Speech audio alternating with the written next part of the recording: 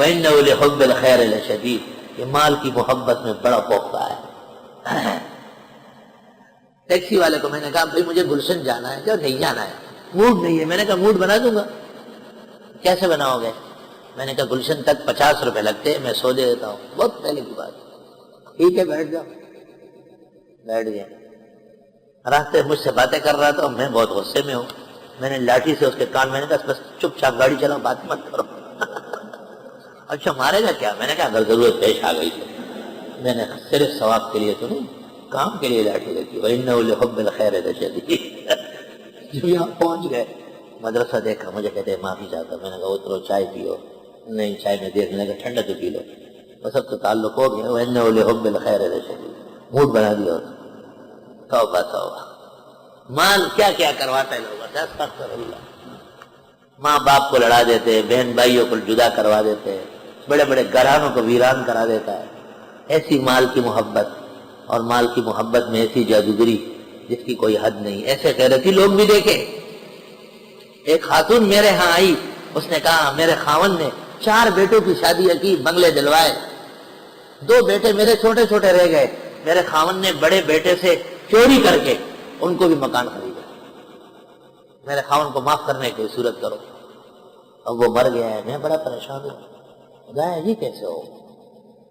میرے بڑے بیٹے سے بڑی زبردست پونجی میرے خاوند نے چورا لی اور اس کی زمین یا مکان خریدا، کیونکہ چھوٹے چھوٹے بچے تھے، وہ بہت ڈرا ہوا تھا۔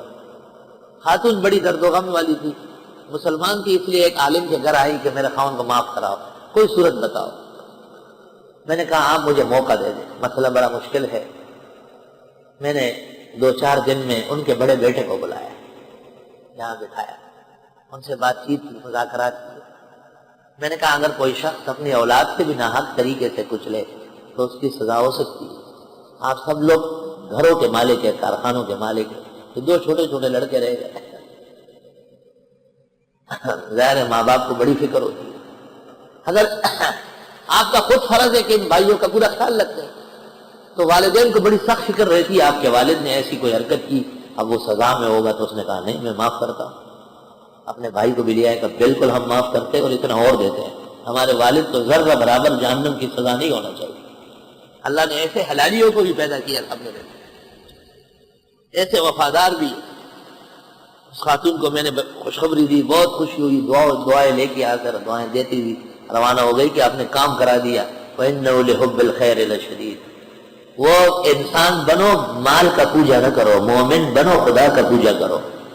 افلا یعلم، آئے یہ جانتا نہیں، اذا بعثر ما فی القبور، جس وقت ادھیڑ دی جائے گی جو قبروں میں ہے، یعنی باہر لائی جائے گی، قبر توڑ کر کے اس سے انسان باہر آئے گا۔ حشر الاجساد ہوگا، حشر الارواح نہیں ہے۔ یہ خیالات اہل باطل کا ہے کہ روح جمع ہوگی، روح تو اب بھی جمع ہے۔ قبروں کے اندر جو بے جان دھڑے ہیں، دھڑوں کے جو صفوف ہے، صفوف کا جو کافوف ہے، کچھ بھی نہیں ہے قبروں میں، لیکن اللہ فرماتا ہے یہاں سے نکال کے دکھاؤں گا تمہیں۔